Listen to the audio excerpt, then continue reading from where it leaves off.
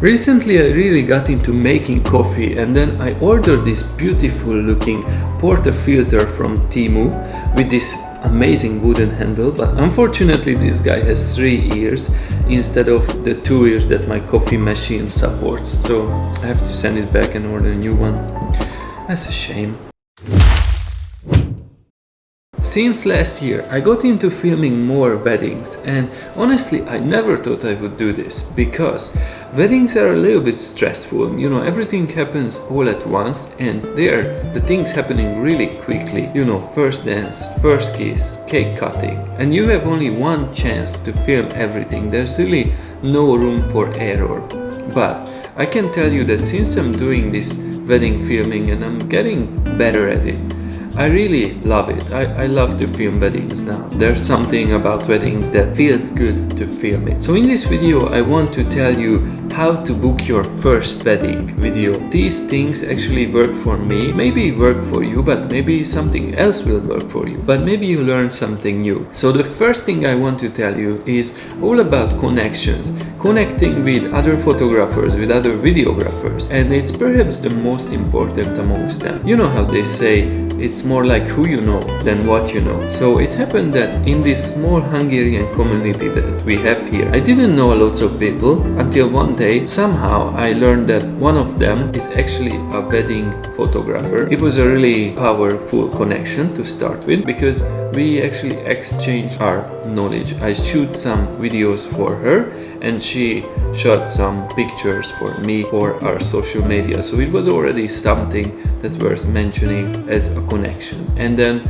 I landed eventually my first wedding video through her client. You see, connections are really important. The second thing I want to tell you, I think it's also equally important, is to have something to show to that client that you're gonna film the wedding for. It also goes back to the connection part because I filmed some footage for her and she shot some pictures for me. Before that, we actually did some footage.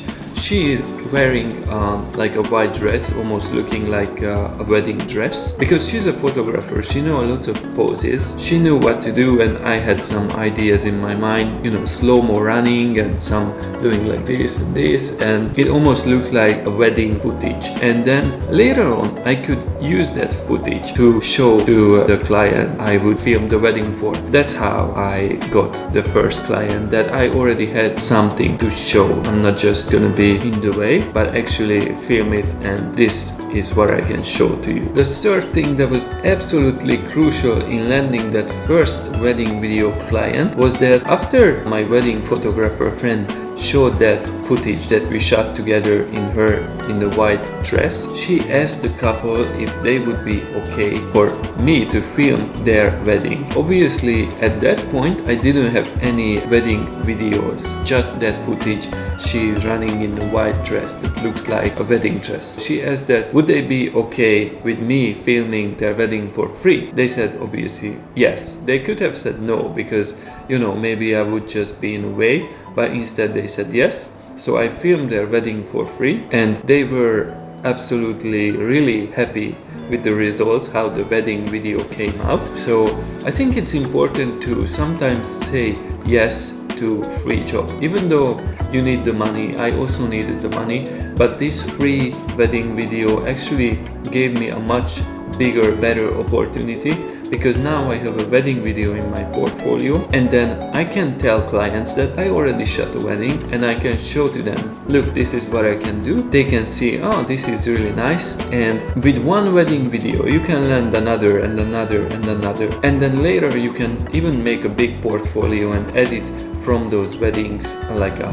highlight that you can advertise with. So I think it's important to shoot your first wedding, not necessarily, but for free, because maybe if you say no, then you don't have anything to show. But if you say yes, you have a wedding video and you get some experience, you get a wedding video that you can show to other clients.